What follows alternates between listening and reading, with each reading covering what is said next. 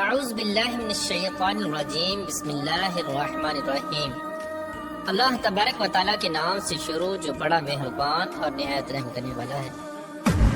ایک ایسی قوم جس پر اللہ تبارک و تعالیٰ نے اپنا دردناک عذاب نازل فرمایا اور اس قوم کے تمام لوگوں کو بندر بنا دیا۔ اس قوم کے لوگ کون سا ایسا گناہ کرتے تھے جس کی وجہ سے اللہ تبارک و تعالیٰ نے ان پر دردناک عذاب نازل فرمایا، اور یہ لوگ بندر بننے کے بعد کتنی دیر زندہ رہے اور پھر ان کو کس قدر دردناک موت آئی۔ جب یہ لوگ بندر بن گئے تو یہ لوگ اپنے عزیز و اقارب کو دیکھ کر ان سے کیا کہتے تھے، اور کیا آج کے دور میں پائے جانے والے بندر اسی قوم کی نسل میں سے ہیں؟ ان تمام تر سوالات کے جوابات قرآن و حدیث کی روشنی میں آج کے اس ویڈیو میں ہم آپ کو بتائیں گے، لہذا آپ سے گزارش ہے کہ ہماری اس ویڈیو کو اینڈ تک ضرور دیکھیے گا۔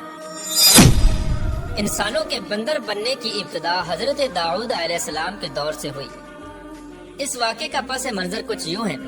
حضرت داؤد علیہ السلام اور ان کی قوم سمندر کے کنارے ایلا نامی گاؤں میں رہتے تھے، اور ان کی تعداد 70,000 کے قریب تھی۔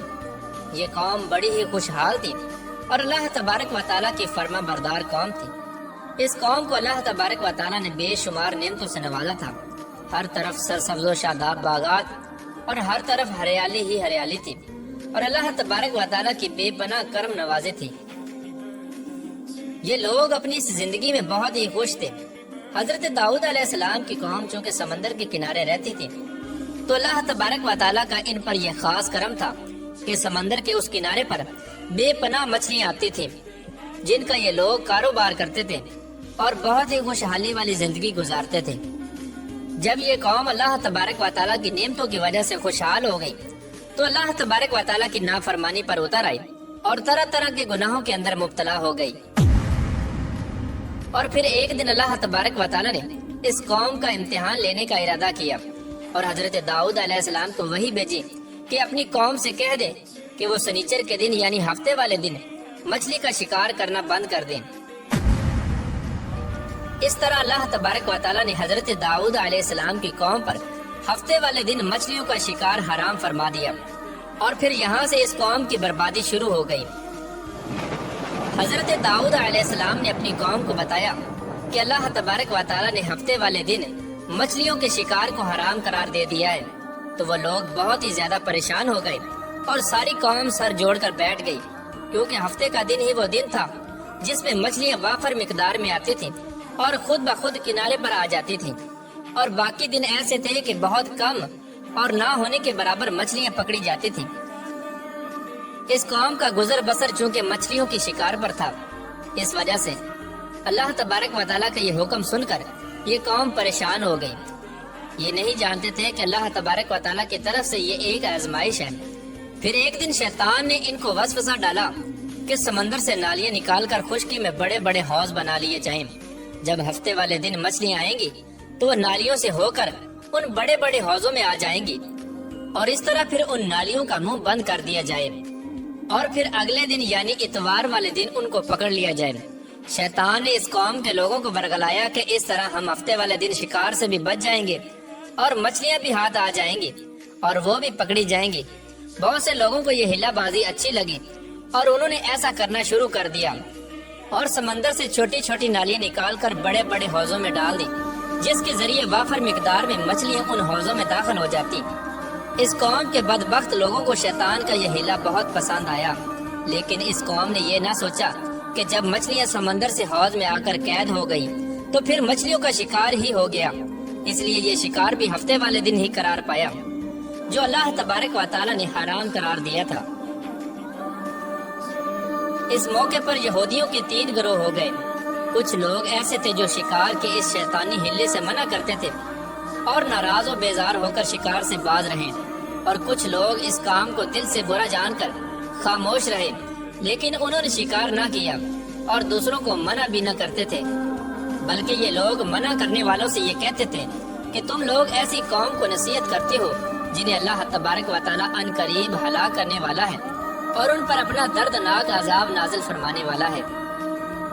اور اس قوم کے کچھ لوگ ایسے تھے جو سرکش اور نافرمان لوگ تھے، جنہوں نے اللہ تبارک و تعالیٰ کے حکم کی اعلانیہ مخالفت کی اور شیطان کے ہیلے بازی کو مان کر ہفتے والے دن شکار کرنے لگے۔ یہ لوگ اللہ تبارک و تعالیٰ کے حکم کی کھلا مخالفت کرتے اور ہفتے والے دن مچھلیوں کا شکار کر کے ان کو کھایا کرتے اور بیچا کرتے۔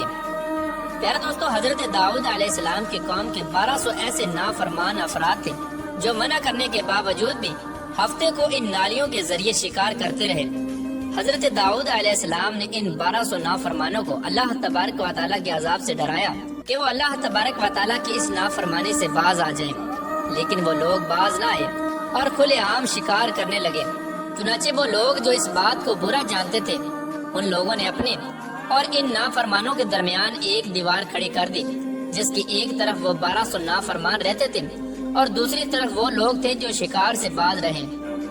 حضرت داؤد علیہ السلام نے اپنی اس قوم کے نافرمانوں کو بارہا سمجھایا، لیکن یہ لوگ اپنی نافرمانی سے باز نہ آئے اور اسی طرح اللہ تبارک و تعالیٰ کی نافرمانی کرتے رہے اور شکار کرتے رہے۔ پھر ایک دن حضرت داؤد علیہ السلام نے غضبناک ہو کر شکار کرنے والوں پر لعنت فرما دی۔ اس کا اثر یہ ہوا کہ ایک دن خطا کاروں میں سے کوئی بھی اپنے گھر سے باہر نہ نکلا۔ یہ منظر دیکھ کر کچھ لوگ ان کی دیواروں پر چڑھ گئے تاکہ معلوم ہو سکے کہ وہ لوگ کس حال میں ہیں۔ جب ان لوگوں نے ان نافرمانوں کو دیکھا تو وہ سب کے سب بندر کی صورت میں مسخ ہو چکے تھے۔ اللہ تبارک و تعالیٰ نے ان کی نافرمانی کی وجہ سے ان پر اپنا دردناک عذاب نازل فرمایا اور ان کو انسانوں سے بندر بنا دیا۔ جب لوگ ان مجرموں کا دروازہ کھول کر ان کے گھر میں داخل ہوئے تو وہ بندر اپنے رشتہ داروں کو پہچانتے تھے اور ان کے پاس آ کر ان کے کپڑوں کو سونگتے تھے اور زاروں کی طرح روتے تھے، لیکن وہ کچھ بول نہ سکتے تھے۔ اللہ تبارک و تعالیٰ کے ان نافرمان بندر بن جانے والے لوگوں کی تعداد 12,000 تھی۔ ان 12,000 لوگوں نے اللہ تبارک و تعالیٰ کی نافرمانی کی اور اللہ تبارک و تعالیٰ نے ان کو بندر بنا دیا، جس طرح کہ اللہ تبارک و تعالیٰ سورہ بقرہ میں ارشاد فرماتا ہے، اور بے شک ضرور تمہیں معلوم ہے تم میں کہ وہ جنہوں نے ہفتے میں سرکشی کی تو ہم نے ان سے فرمایا کہ ہو جاؤ بندر دھتکارے ہوئے۔ اس طرح حضرت داؤد علیہ السلام کی قوم کے 12,000 نافرمان بندر بن گئے۔ یہ لوگ 3 دن تک زندہ رہے اور اس دوران یہ کچھ نہ کھا سکتے تھے اور نہ ہی پی سکتے تھے، بلکہ یوں ہی بھوکے پیاسے سب کے سب ہلاک ہو گئے اور 3 دن کے اندر سب کے سب مارے گئے۔ اور وہ لوگ جو ان نافرمانوں کو اللہ تبارک و تعالیٰ کی اس نافرمانی سے منع کرتے تھے، اللہ تبارک و تعالیٰ نے ان کو اس عذاب سے سلامت رکھا، اور وہ لوگ جو اس شکار کو برا جان کر خاموش رہتے تھے، اللہ تبارک و تعالیٰ نے ان کو بھی اس عذاب سے سلامت رکھا۔ پھر دوستو، بات کرتے ہیں کہ آج کے دور کے بندروں میں سے کیا کوئی بندر ان کی نسل میں سے بھی موجود ہے، یا آج کے دور میں پائے جانے والے بندر انہی بندروں کی نسل میں سے ہیں؟ اس کے متعلق روایات میں آتا ہے کہ حضرت عبداللہ بن مسعود رضی اللہ تعالیٰ عنہ سے روایت ہے کہ حضور پاک صلی اللہ تعالیٰ علیہ وآلہ وسلم سے کسی نے سوال کیا کہ آج کے بندر کیا حضرت داؤد علیہ السلام کی قوم سے ہیں؟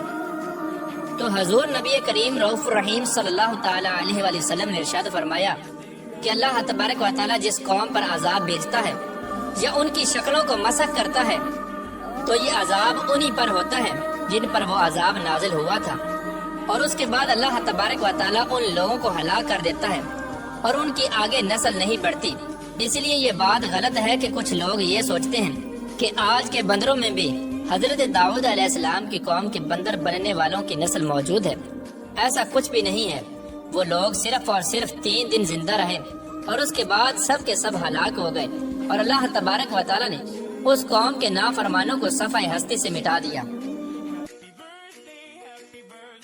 Happy birthday to you.